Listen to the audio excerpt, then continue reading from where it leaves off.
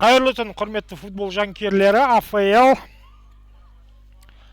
кезекті турдың кезекті ойыны Достық және Бағанашыл командалары арасында басталды.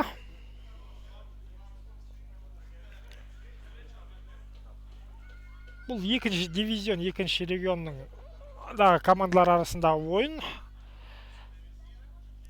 Бұл дивизионда 12 команда бар. Сол 12 команданың ішінде Достық командасы 2 турдан кейін 3 ұпаймен 5-ші орында, яғни бір жеңісі, бір жеңілісі бар. Ал Бағанашыл командасы 2 ойыннан кейін бір жеңіс, бір тең ойынмен 4 ұпаймен турнир кестесінде 4-ші ойында, яғни 4-ші, 5-ші орында көш басындағы командалар десек те болады. Солардың арасындағы ойын және командалардың құрамымен ойын барысында таныстыра отырамыз. Достық командасы қақпада Рахманали ұлы Марсель, алаңда 2-ші номерде Мамед Ильяр, 4-ші номерде Ураимов Жарқын, 3-ші номерде Маматов Асылбек, 5-ші номерде Қадыров Талғат, 6-ші номерде Халбаев Жеңіс.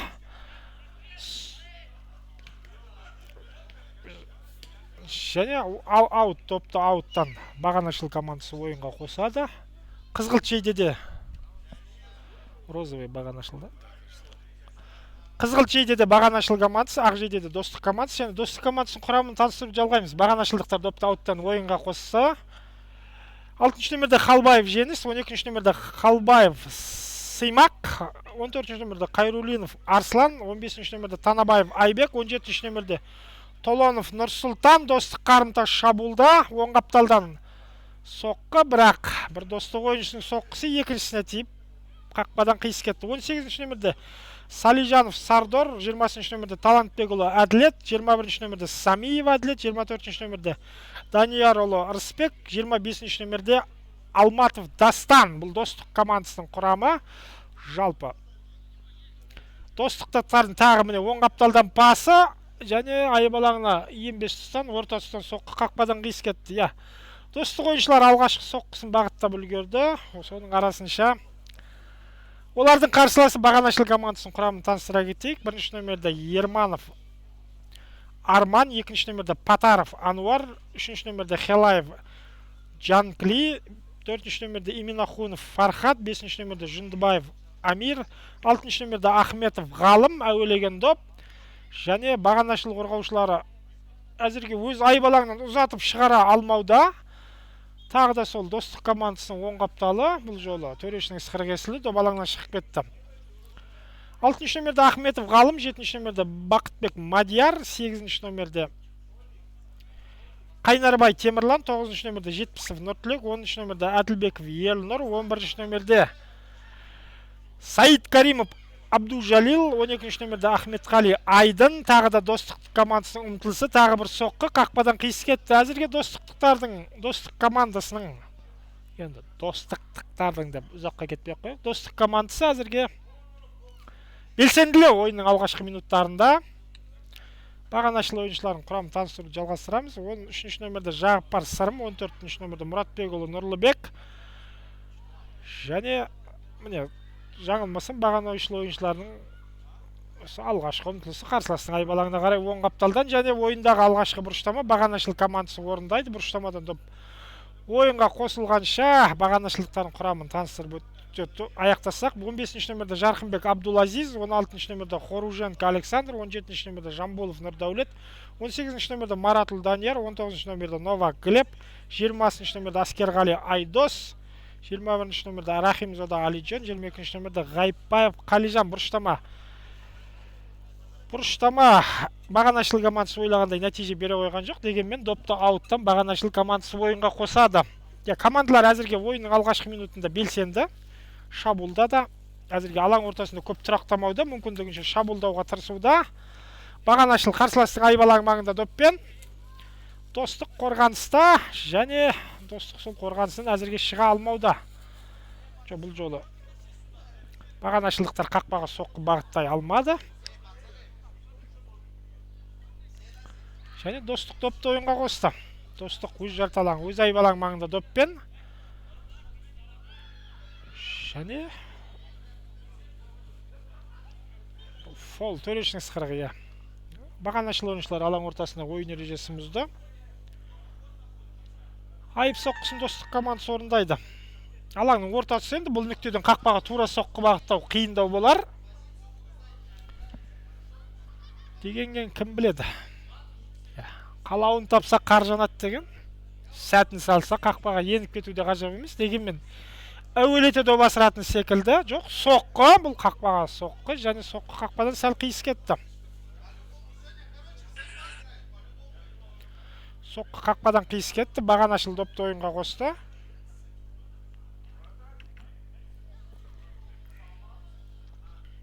Және Бағанашыл командасы өз айбалаң маңында әзірге қарсыластың қыспағынан пас арқылы шығуға тырысуда, және қателесті. Достық доппен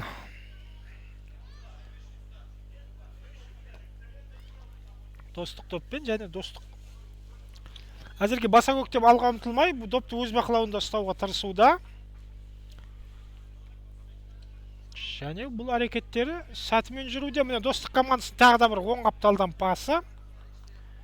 Сәл-сәл жылдамдық жетіспегендей. Достық командасы кезекті ұмтылысы оң қапталдан сәл қауіпті болды. Енді Бағанашыл допты ойынға қосады.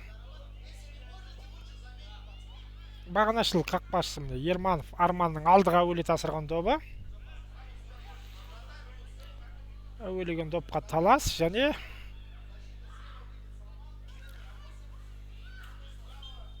аут. Достық допты ойынға қосты ауттан.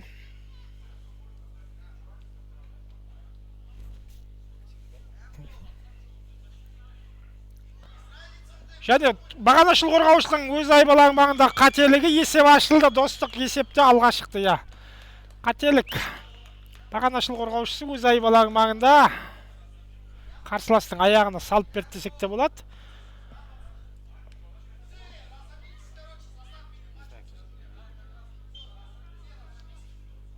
Жиырма бірінші номердегі ойыншы секілді достық сапынан есеп ашқан. Бұл жүлдені қорғаушының өрескел қателігі, есеп 1-0, достық алда. Бағанашыл алаң ортасынан бастай сала ұмтылды енді. Ойын алдында командалар енді ойынға бір жоспар құрып, ойынның бір тактикасын құратыны жөн. Бірінші болып есеп ашса қалай болады, бірінші болып доп өткізсе қалай болады, соның бәрі командалардың ойын алдындағы тактикалық дайындығында пысықталады. Ал мынау сол қапталмен Бағанашыл ойыншының ұмтылысы допты алаңнан шығарып алды.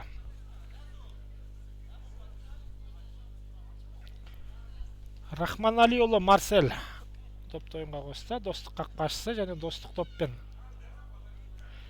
жаңылмасам 21-ші номер болар есеп ашқан Самиев Әділет.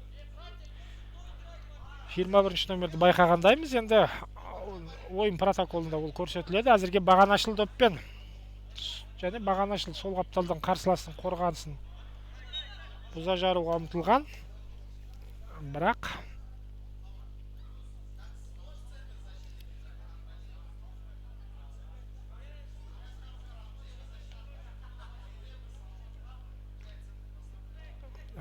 достық командасының айбалаңдағы қарбалас. Бұл жерде фол жоқ, ешқандай.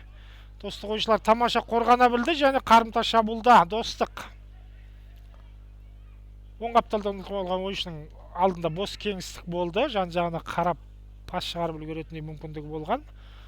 Солға қарай ойыстырды. Енді алаңның орта тұсында достық командасының жалпы допты бақылауда ұстау шеберлігі тамаша. Міне соққы. Бағанашыл қорғаушылар тосқауыл қойып үлгерді, және бұрыштама.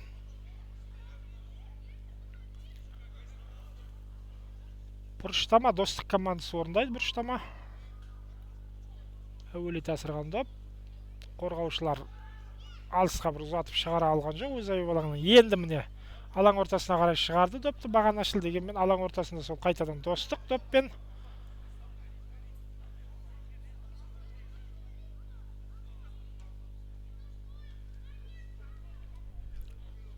Және төрешінің ысқырығы алаң жиегіндегі допқа талас. Аут Бағанашыл командасының пайдасына. Аут Бағанашыл командасының пайдасына қарсыластың жарты алаңында.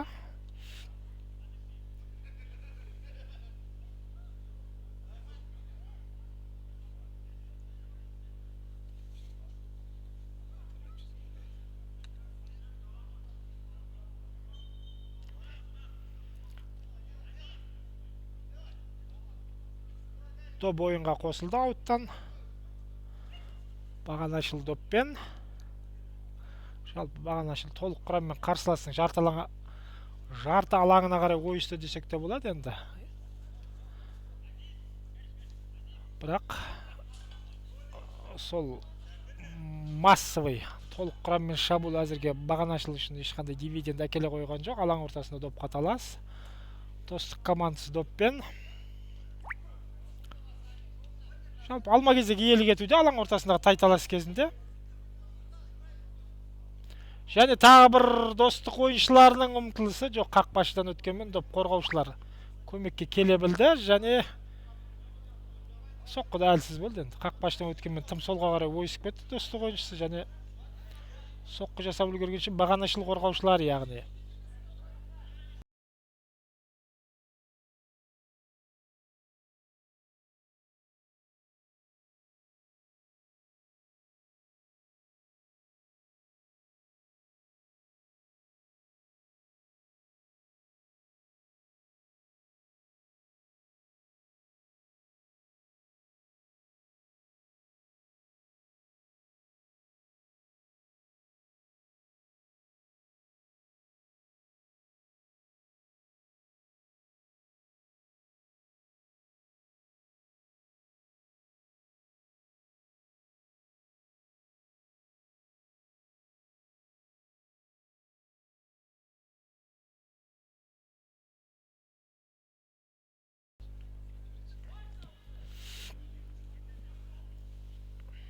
сөйді. Ойынымыз одан ары жалғасуда. Алаң ортасында кезекті доп қаталас, және кезекті аут. Бағанашыл жылдам допты ойынға қосты ауттан, бірақ сол асығыс қимыл қателікке келді. Қарымта шабуылда достық, оң қапталдан аяқ алаңына ене берер жерде соққы, және есеп 2-0. 14-ші номердегі достық ойыншысы Қайрулинов Арслан есепті 2-0-ге жеткізді. Есеп 2-0. Тайымның ортасына таяу достық командасы есепті еселеді. Есептегі басымдылығын ұлғайтты. Бағанашыл алаң ортасынан бастады. Бағанашыл доппен. Жалпы терезесі тең ойын болғандай, бірақ жеке қателіктердің нәтижесі достық қорғанысы қателіксіз ойнауда, яғни қарсыластың шабуылына сыр берер емес. Ал жаңағы бір сәттегі бірінші гол кезінде қорғаушының қателігі, бір қорғаушы, бір шабуылшы. Ал екіншісінде ауттан допты өте сәтсіз ойынға қосты. Ал мына жерде тағы да достық шабуылда есеп 3-0. 20-ші номердегі достық ойыншысы Талантбекұлы Әділет есепті 3-0-ге жеткізді. 1 минуттың ішінде 2 гол. Есеп 3-0. Бағанашыл кішігірім нокдаунға түскен секілді. Допты алаң ортасынан Бағанашыл тағы да бастады. Соңғы 1 минуттың ішінде екінші рет бастады. Және Бағанашылдықтар допты алаңда да сақтап қала алмай жатыр. Достық допты ауттан ойынға қосқан, бірақ оң қапталмен өтіп кете алмады. Алаң ортасында Бағанашыл командасы доппен.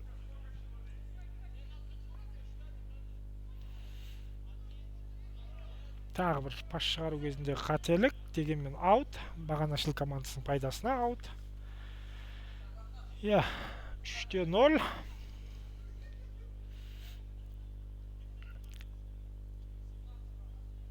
Терезесінің тартысы басталған ойын достық командасының сценарийімен жалғасты. Бағанашыл шабуылдап көруге тырысады, бірақ сол қапталдан кезекті пас өтпеді. Енді достық командасы жылдам қарымта шабуылда. Қайрулинов екінші голдың авторы. Тамаша оң қапталға пас. Оңнан Айбалаңның сол жақ бұрышына қарай. Және бір соққы, бірақ қақпашы.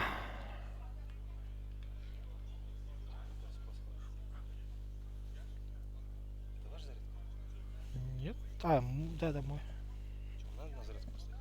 Нет, пока еще нет. Бағанашыл қақпашысының орындауында тағы бір сейв. Және бұрыштама. Достық командасы допты бұрыштамадан ойынға қосты. нәтиже бере қойған жоқ. Бұл бұрыстама алаң ортасында допқа талас. Және қайтадан достық жоқ. Қате, сәл пас беру кезінде қателік. Және Бағанашыл сол қапталмен ұмтылып көрмек.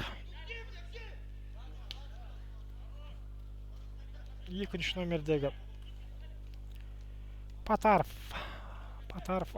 Анвар деп көрсетілген. Ал мына жерде қарбалас достық айбалаң маңында, бірақ сол ойында көп әзірге көп көре бермейтін сәт. Бағанашыл ойыншыларында тамаша мүмкіндік болған. Қарсыластың айбалаңның ішінде болған, бірақ соққы қақпадан қиыс кетті. Жаңа бір сол қапталдан ұмтылған ойыншы екінші номерде Патаров Анвар деп көрсетілген, бірақ енді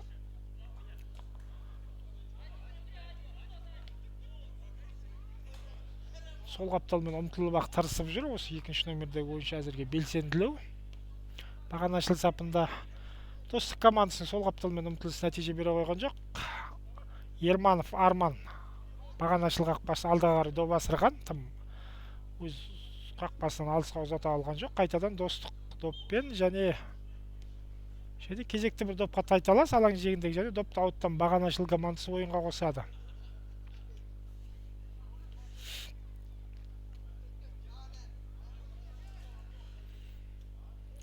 Тамаша солдан оңға қарай диагонал пас өткен. Сол диагонал пасты Патаров ары қарай іліп әкете алмады. Сол қапталмен дегенмен доп Бағанашыл ойыншыларында.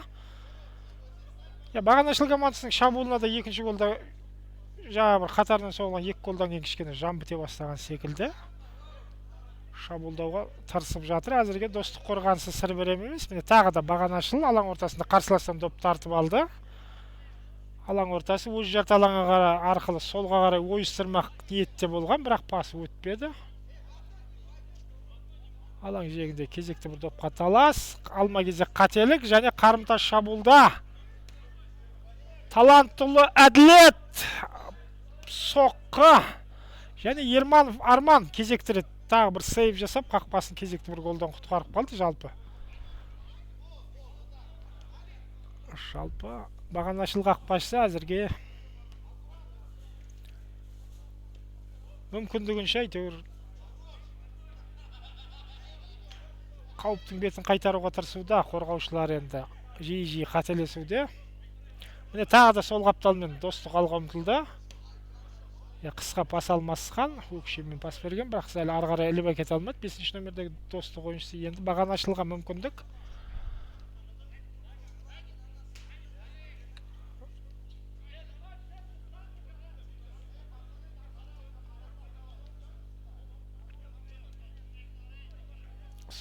Оңнан солға қарай диагонал. Шабуылды оңнан солға, солдан ортаға ойыстырып әртүрлі варианттарды көруді. Шабуылдың әзірге нүктесін қоятын бір соққы, нүктесін қоятын бір пас болып жатқан жоқ Бағанашыл ойыншыларында. Міне алаң ортасында допты тартып алғандай, тағы да ары қарай қалай жалғастырып әкетеді, сол түсініксіз бір соңғы соққымен шабуылдың нүктесін қоятын, соңғы бір әдемі пасты шығарып беретін ойыншы көрінбейді Бағанашыл сапында. Ал достық командасы міне 3-0-ден кейін өздеріне сенімді, допты ұстауы да, шабуылдауы да. Міне оң қапталда әріптесі ортаға қарай ойысты, сол жаққа қарай пас өте қойған жоқ. Енді Бағанашыл Әскерғали Айдос солдан оңға кезекті бір диагонал өте қойған жоқ. Әскерғали Айдос жалпы ПФЛ, ЛЛФ лигаларындағы командаларда жүз таныс, көз таныс ойыншы. Сондықтан енді әзірге жазбай танып отқан секілдіміз.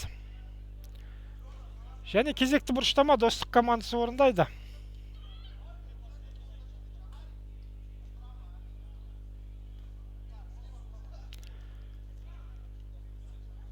Қарбалас бұрыштамадан кейінгі тағы да Ерманов Арман ширақ қимылдап өз айбалаңнан шығарды. Және қарымтас шабуылда Бағанашыл. Жоқ. Жаңа атап өттік қой, соңғы бір пасты беретін, соңғы бір соққыны беретін ойыншы жоқ, жасайтын ойыншы жоқ деп. Міне тамаша сол қапталмен ұмтылған ақ, бірақ пас өкінішке орай сәтімен шықпады. әріптестің қосылғанын көрдім. Ал мына жерде тамаша техникалық шеберлік сол қапталдан, бірақ Исламбекұлы Марсель достық қақпашы дер кезінде қақпадан шығып қауіпті пастың жолын кескестеді. Ал мына жерде қателік екінші номердегі бағанашыл ойыншының қателігі. Жылдам қарымта шабуылда достық.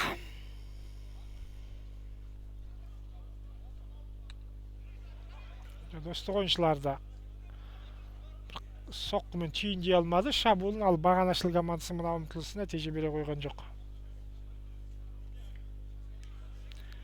Үшінші голдан кейін шамалы қос команданың ойынында да кішкене бір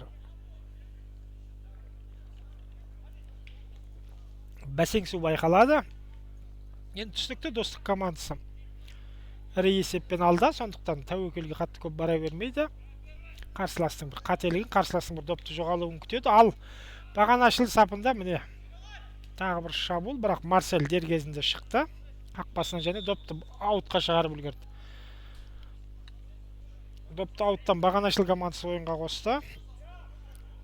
Гайыпбаев допты ауттан ойынға қосып алдыға асырған, тағы бір әуелет асырған доп. Тағы да Гайыпбаев міне доппен сол қапталда. Және доп алаңнан шыққан жоқ, доппен достық. Ой, қандай тамаша. Және қарымта шабуыл достық командасына мүмкіндік. Сол қаптал, бірақ ждал, но не был готов. В любом случае, кроме него никого не было. Вот, слева, с правой стороны никого было. Один вариант только. Да. Достық командасының бір нәтиже бермеген шабуылы. Және Арман бағанашыл қақпашысы допты ойынға қосты. Және доппен бағанашыл алаң ортасындағы тартыс. Сол достық ойыншылар таймның соңына дейін енді осындай темпте ойнайтын секілді. Яғни қарсыластың шабуылының темпін жоғалтады, яғни осындай аутқа шығарып жіберу, ұсақ фолдармен тоқтату, өз айбалаңына жақындатпаудың қамын жасайды. Дегенмен бағанашыл командасына да респект, бірақ соңғы пас болмады. Және жылдам қарымта шабуыл сол қапталдан достық. Достық ойыншысының осы бір тактикасын түсініп болады. Қорғаушының аяғына тигізіп бұрыштамаға шығарды. Бұрыштама, кез келген пауза ойындағы достық командасы үшін өте тиімді. Бұрыштама достық командасы орындайды.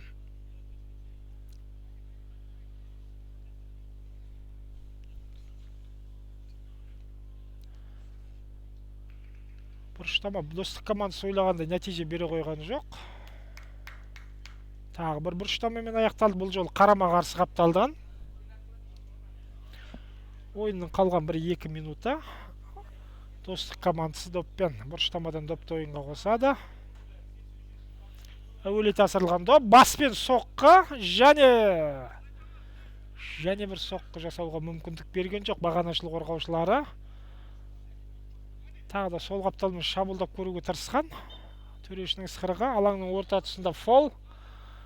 Бағанашыл ойыншыларының ойын ережесі бұзды. Достық командасы айып соққысын орындайды.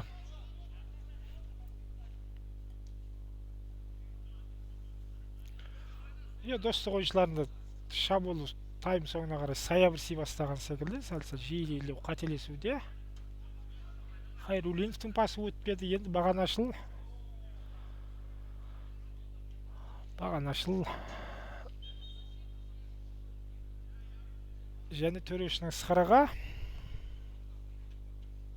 Шабуылда фол, бағанашыл командасы допты ойынға қосады.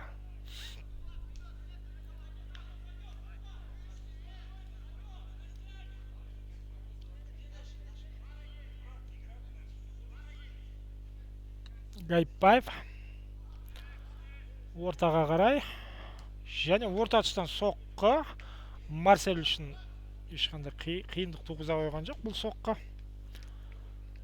Допты аутқа шығарып үлгерді. Бағанашыл допты ауттан ойынға қосады. Ойынның бірінші таймның соңғы секундтары тым сәтсіз ойынға қосты, және осы аутпен бірінші тайм аяқталды. Есеп 3-0. Достық алда.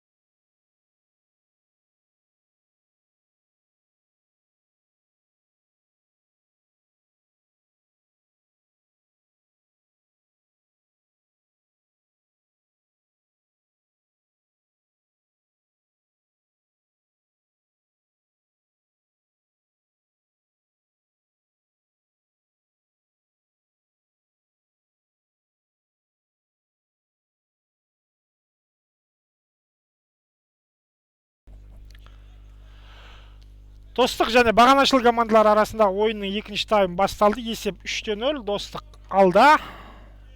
Бағанашыл екінші таймды алаң ортасынан бастады. Бағанашыл командасы енді тайм арасындағы үзілісте уақыт мүмкіндік бергенше енді ойын тактикасына біраз өзгерістер енгізген болар енді.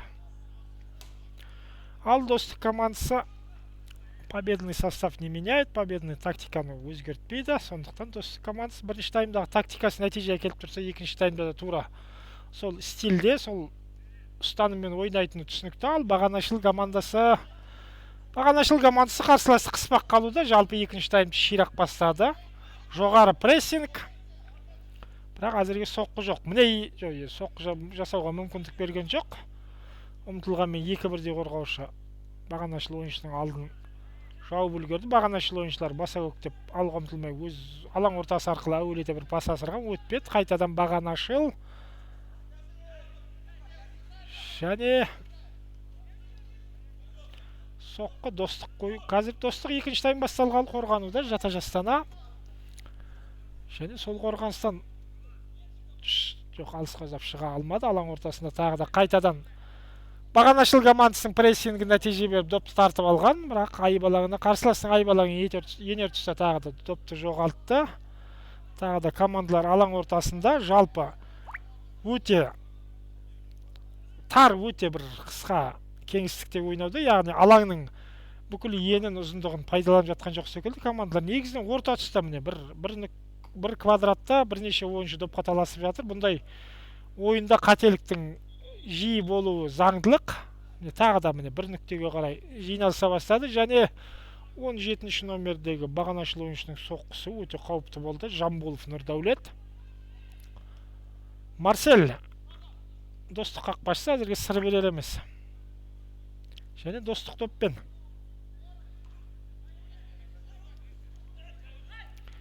Және міне жалғыз өзі сол қапталда қалып қойған Достық ойыншысы есеп алды және есеп таш 4-0. Бір ғана мүмкіндік, бір қарымтас шабуыл. Достық командасы есепті басымдылығын ұлғайтты. 12-ші номердегі Халбаев Сыймақ шабуылдың сол қапталында жалғыз өзі қалып қойды. Әріптестері бұны көре білді, дер кезінде парыз жеткізді және тамаша мүмкіндікті тамаша пайдаланып кетті. Достық командасы есеп 4-0. Екінші таймның басында Достық есептегі басымдылығын ұлғайтты. Бағанашыл екінші таймды ширақ бастаған. Енді мына бір қарсыластың голынан кейін қалай болатын?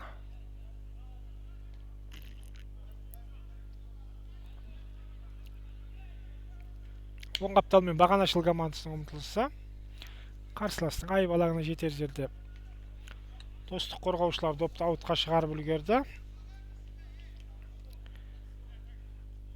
Таймды ширақ бастаған Бағанашыл міне қарсыластың алғашқы ұмтылысын өткізіп алды және Достық есепті еселеді.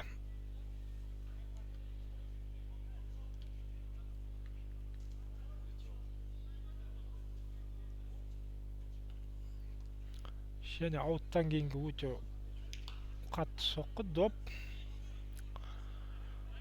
жалпы спорт комплексінің территориясына шығып кетті десек те болады. Достық допты ойынға қосты. Баса көктеп алдыға әуелете доп асырмай қысқа пас арқылы шығуға тырысуда. Бағанашылды атап өттік. Екінші таймды жоғары прессингпен бастаған. Міне сол жоғары прессинг нәтижесін берді. Аут. Допты ауттан Бағанашыл командасы ойынға қосады.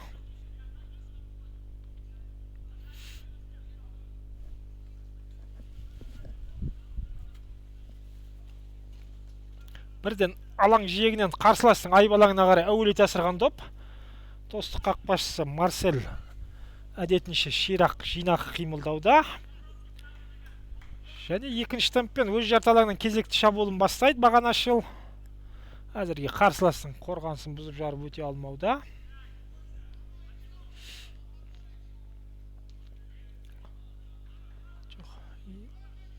Тағы да бір әуелете асырылған доп, тағы да сол допқа талас. Қарсыластың мұнда шабуыл стилін Достық қорғаушылары үйреніп алған секілді. аса бір қатты қиындық туғызып жатқан жоқ бағанашыл командаларының ұмтылысы. Енді прессингті қолдануда бағанашыл ойыншылар, бірақ прессингтің де прессингі бар. Достық қарымта шабуылда. Сол қапталдан соққы. Ерманов, Арман аяқпен қайтарды бір, және қайтқан допты міне 12-ші номердегі Халбаев Симақ 4-ші голдың авторы, орта тұстан соққы бағыттаған, қақпадан қиыс кетті.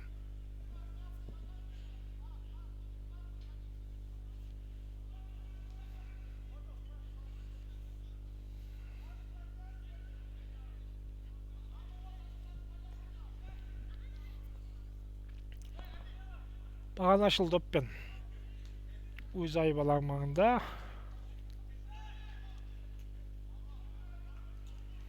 Бұндай сәтте қателеспеу қажет бағанашыл ойыншыларына.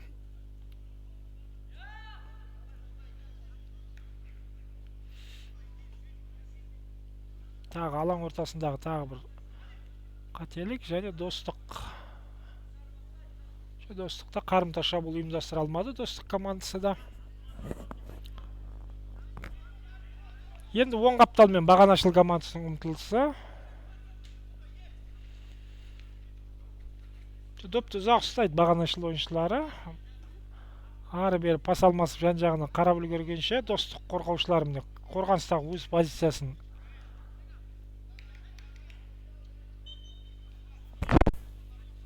позициясын жайғасып үлгерді, және фол шабуылда алаң орта тұсында бағанашыл ойыншыларына қарсы ойын ережесі бұзылды. Айып соққысын бағанашыл командасы орындайды орта тұстан.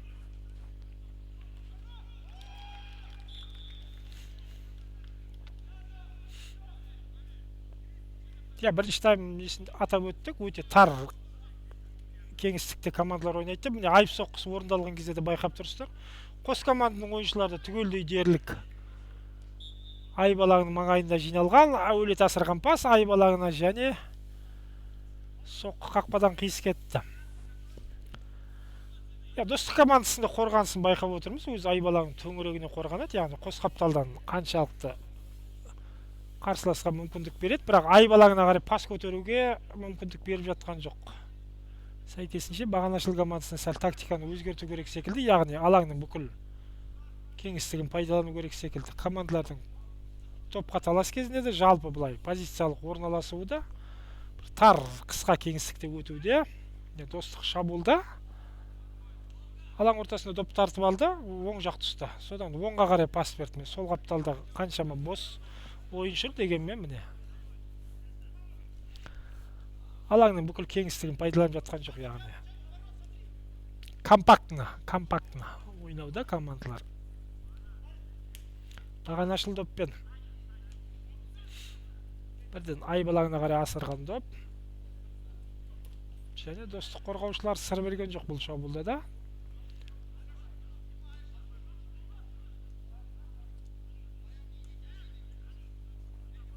Сол қапталда бос ойыншы соңына дейін қандай тамаша мүмкіндік болды. Сол қапталда 87-ші номердегі достық ойыншысы қаншама бостыр. Бір емес екі әріптесі ортадан ұмтылған. Байқар емес тамаша позицияда тұрды 87-ші номердегі достық ойыншысы, бірақ әріптестері енді көрмей қалды ма, әлде сенім артпады ма?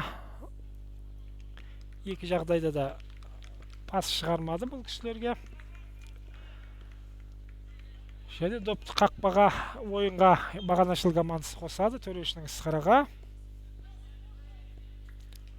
Бағанашыл доппен әзірге өз айып алаң маңында.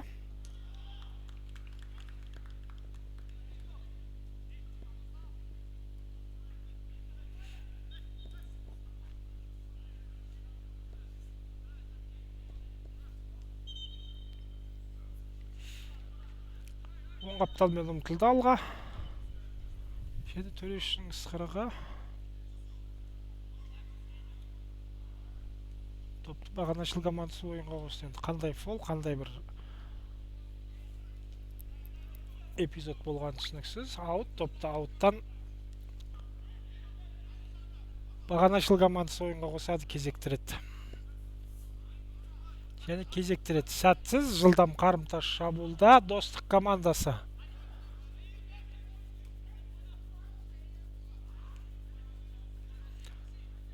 Сол қапталдан пас шығара алмады достық ойыншылары. Бағанашыл қорғаныстан шығып кетуге тырысуда.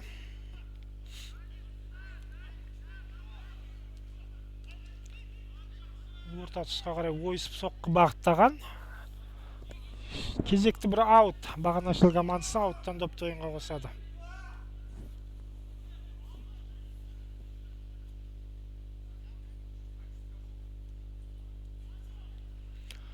Доп ойында. Сол қапталмен бағанашыл ойыншылардың ұмтылысы соққы. Марсель достық қақпашысы бұл соққыға сыр берген жоқ. Әуелеген допқа талас және қайтадан бағанашыл доппен. Жалпы екінші таймда допқа иелік ету статистикасын енді былай жалпы бақылауымызбен есепке алсақ, бағанашылдықтар допқа иелік ету жағынан алды, бірақ есеп 4-0. Тағы бір доп. Бұл жолы алаң сыртына шығып кетті, жалпы спорт комплекс территориясынан шыға қойған жоқ. Және достық допты ойынға қосады өз айып алаң маңынан. Бұл жолы алдыға бірден әуелете доп асырған. Бағанашыл қорғаушылары әуелеген допқа бірінші жетті және алаңның ортасынан тамаша соққы. Әдемі бағыттаған. На исполнение, бірақ соққы қақпадан қиыс кетті.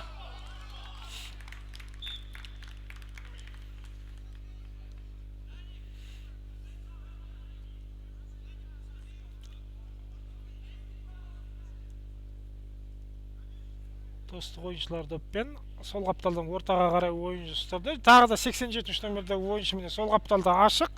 Тағы да командаластары бұл ойыншыны елеусіз, ескерусіз қалдырды. Енді бұның да бір жұлдыз сәті бар бұл ойыншының да. Әзірге достық шабуылда бағанашылдықтар жанталаса қорғануда.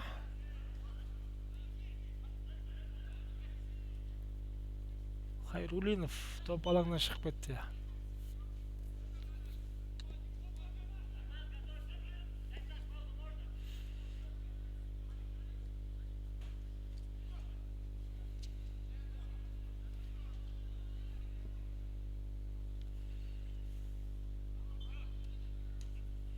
Ерманов бағанашыл қақпашы допты ойынға қосты. Бағанашылдықтар доппен. Оң қапталмен әдетінше бағанашыл командасы оң қапталмен жиі шабуылдап жүр. Бірінші таймда да сол оң қаптал белсендірек болған. Бірақ енді белсенділік деген енді белсенді болып ары бері жүгіруге болады. Сол бірақ белсенділік бір нәтиже беру керек қой, әзірге нәтиже жоқ. Айып алаңына қарай пас өтпеді. Бағанашыл ойыншылардың орындауында енді достық қарымта шабуылда. Міне 87 осы жол доп алды. Бірден қарсыластың айып алаңына қарай ұмтылды. Өкшесімен артқа әріптесіне қарсыластырған пасы өтпеді. Сөйтіп бір жылдам қарымта шабуылдың қарсыластың айып алаңына жетпей жатып жолына тосқауыл қойылды. Бағанашыл доппен.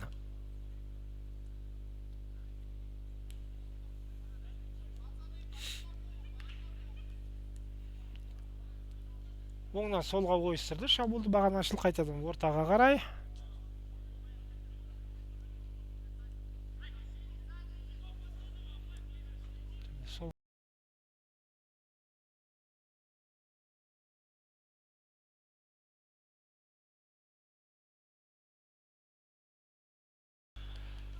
Интернет желісіндегі сәл кемшіліктерге байланысты ойынымыздың трансляциясы, ойынның записі ойын аяқталған соң YouTube желісіне салынады. Сондықтан ойынды бізбен тамашалап отырмыз деп есептей беріңіздер. Міне 87 допты алған, тағы да доптан айырылып қалды. 87 номердегі ойыншыға пас бермеген әріптестердің жаңа бір ситуацияда түсінгендейміз. Осымен 2 эпизод допты. Ал мына жерде тамаша соққы және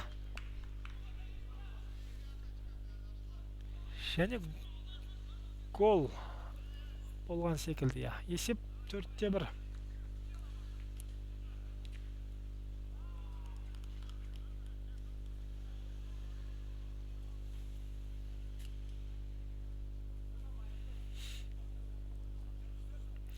Есеп 4-1. Бағанашыл есеп айырмасын қысқартты. Да. Достық алаң ортасынан бастады.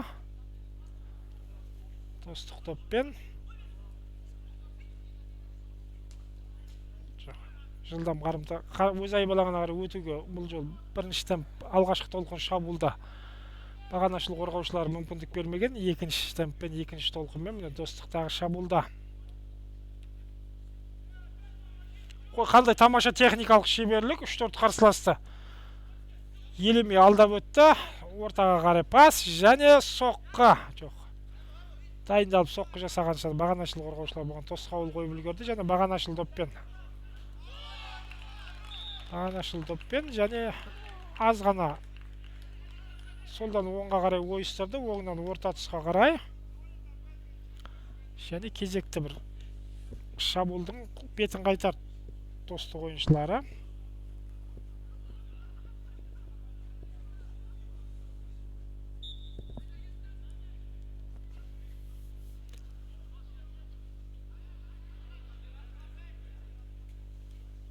Бағанашыл командасы допты ойынға қосады.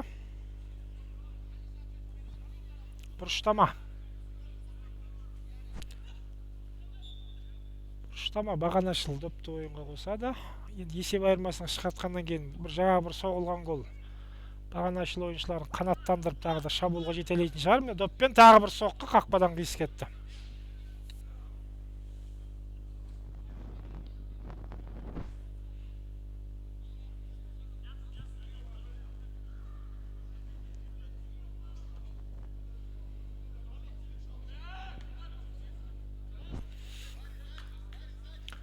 Бағанашыл ойыншылардың соққысы қақпадан қиыс кетті. Допты достық командасы ойынға қосады.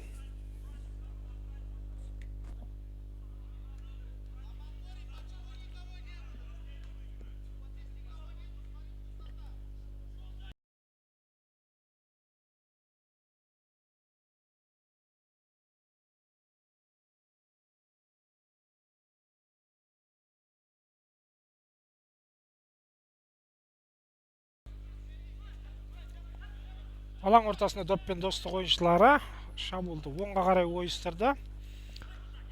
Және оң қапталдан айбалаңына қарай пас, соққы.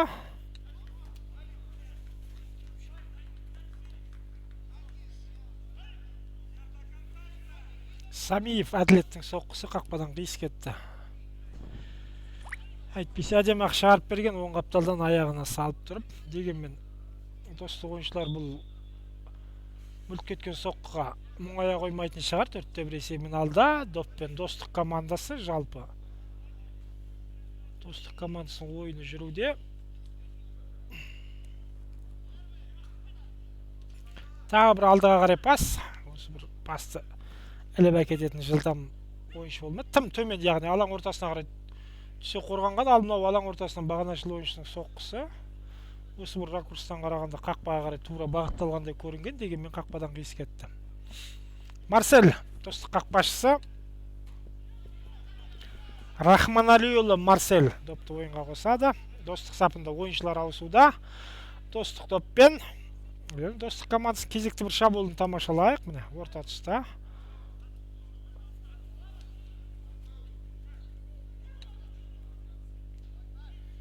Самиев.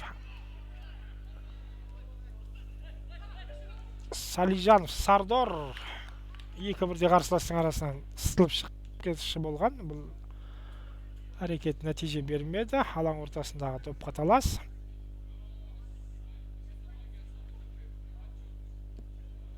Және қайтадан достық доппен, жалпы достық. Салижанов, Сардор міне жаңа ғана алаңға шыққан.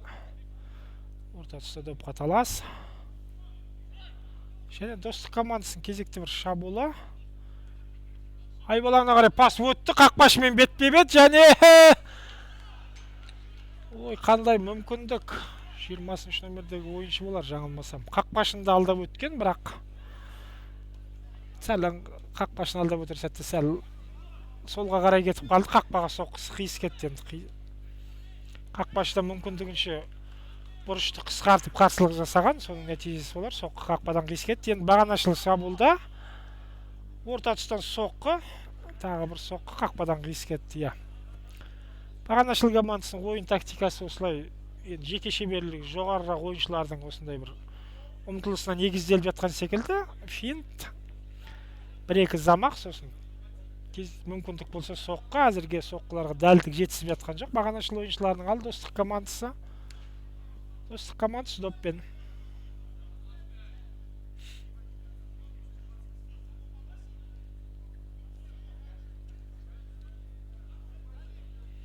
Достық командасы доппен. Тағы бір айбалаңына қарай пас өтті. Қақпашымен ойыншының қақтығысы. 11-ші номердегі достық ойыншысы.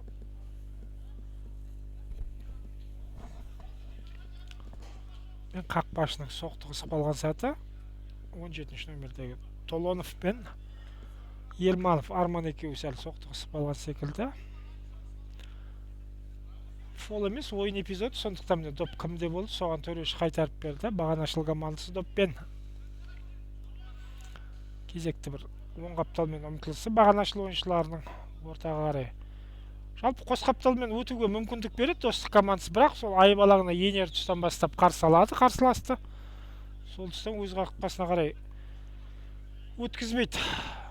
Қарсыласын бұлда қорғанысын байқаған мінекей бағанашыл ойыншылар кез келген нүктеден соққы жасауға тырысуда, бірақ әзірге жаңа бір сәтте атап өттік. Ал мына жерде қақпашы сәл болмағанда қателесе жаздады. Және бұрыштама бағанашыл командасы орындайды. Ау.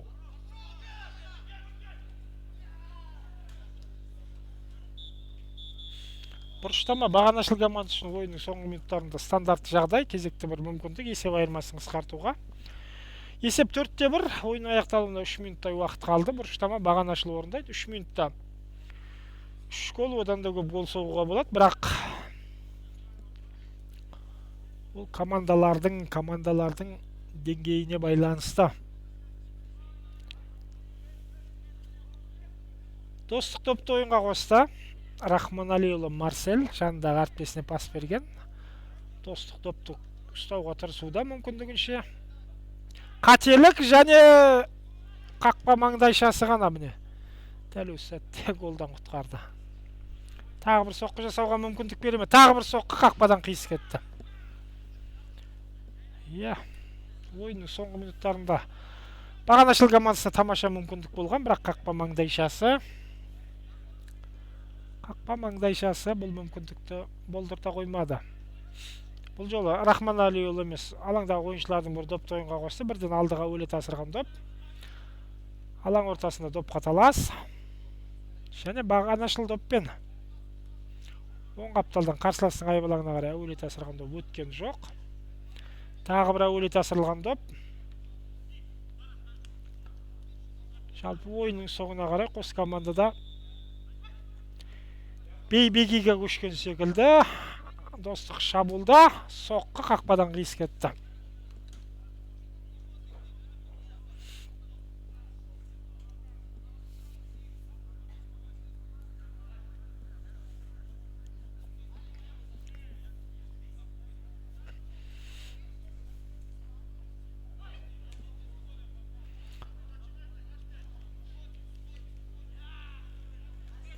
Пастардың да барлығы бір тайталасқа берілетін секілді. Міне, кез келген жерде доп қаталас. Тағы да бір доп қаталас. Енді міне доппен достық ойыншылары.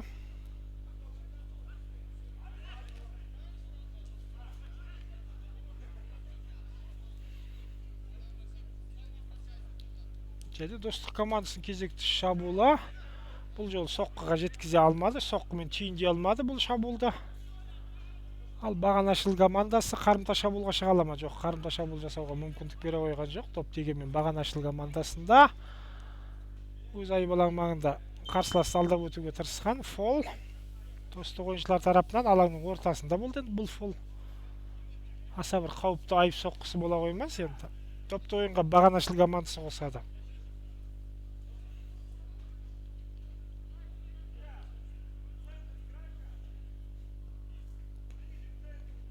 Өлет асырған доп. және төрешінің ысқырығы 4-1 достық командасының тамаша жеңісі.